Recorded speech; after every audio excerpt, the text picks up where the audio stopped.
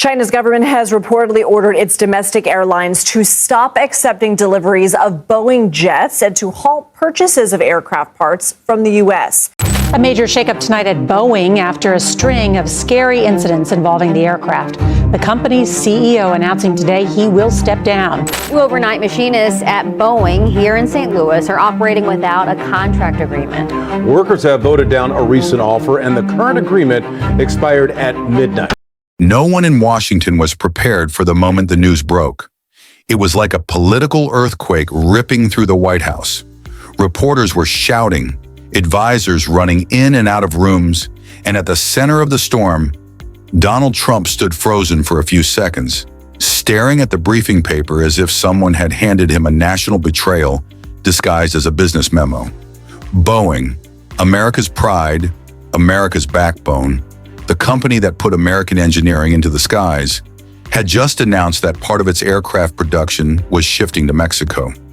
For a president who campaigned on Made in America, this wasn't just news.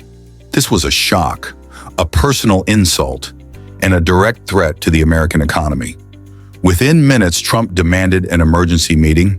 The room filled with defense officials, economic advisors, and trade strategists. Everyone sensed something huge was coming. Trump didn't shout at first. He whispered, "They really did this? After everything America did for them?" The silence that followed said everything. But to understand why Trump reacted like this, you need to understand Boeing's side of the story. Months before the announcement, Boeing executives sat in boardrooms running numbers, projections, losses, and rising costs. The math was simple but painful. American labor costs were skyrocketing, supply chain delays were hurting production, and competition from Airbus and China's COMAC was getting stronger each year. Boeing felt trapped. To survive globally, they needed cheaper labor, faster assembly, and more flexible operations. And Mexico offered exactly that. To the board, this wasn't betrayal, it was survival. But the CEO underestimated one thing, the political explosion it would trigger. When Trump stepped in front of the cameras, his voice was steady, but his words were dynamite. He called Boeing's move a direct threat to American workers, a national security concern, and an unacceptable shift of American power to foreign soil. And then he made the decision that stunned the entire aviation world, a 200% tariff on any Boeing aircraft built outside the United States. That was the moment the crisis officially began. Airlines panicked. Boeing stock dropped like a stone. Suppliers froze orders. Aviation analysts on TV compared it to a self-inflicted earthquake inside America's most important industry. And then China stepped in. Not with sympathy, but with retaliation. Beijing announced a 125% tariff on Boeing aircraft entering China. Overnight, hundreds of jets meant for Chinese airlines were stuck inside giant hangars, engines covered, windows taped, billions of dollars of hardware gathering dust. Boeing's biggest international revenue stream, gone, just like that. The damage rippled outward, across small American towns that depended on Boeing contracts, Everett, Wichita, St. Louis. Local economies started shaking. These were cities where Boeing wasn't just a company. Boeing was the heartbeat. Entire neighborhoods, schools, and small businesses were powered by aerospace money, and suddenly that flow stopped. Workers who once built the most advanced aircraft in the world now feared layoffs. Some factories prepared scaled-down shifts, others planned temporary shutdowns. And yet the shock waves didn't end there. Airlines around the world began questioning Boeing's future. Ryanair publicly warned that if prices rose, they would shift to Airbus. Middle Eastern carriers quietly explored alternatives. Analysts whispered that Boeing was entering the most dangerous era of its history, worse than the 737 MAX crisis, worse than any economic recession. Inside Boeing's headquarters, the CEO was furious. Furious at Washington, furious at the backlash, furious at a system where political pressure could cripple an entire industry overnight.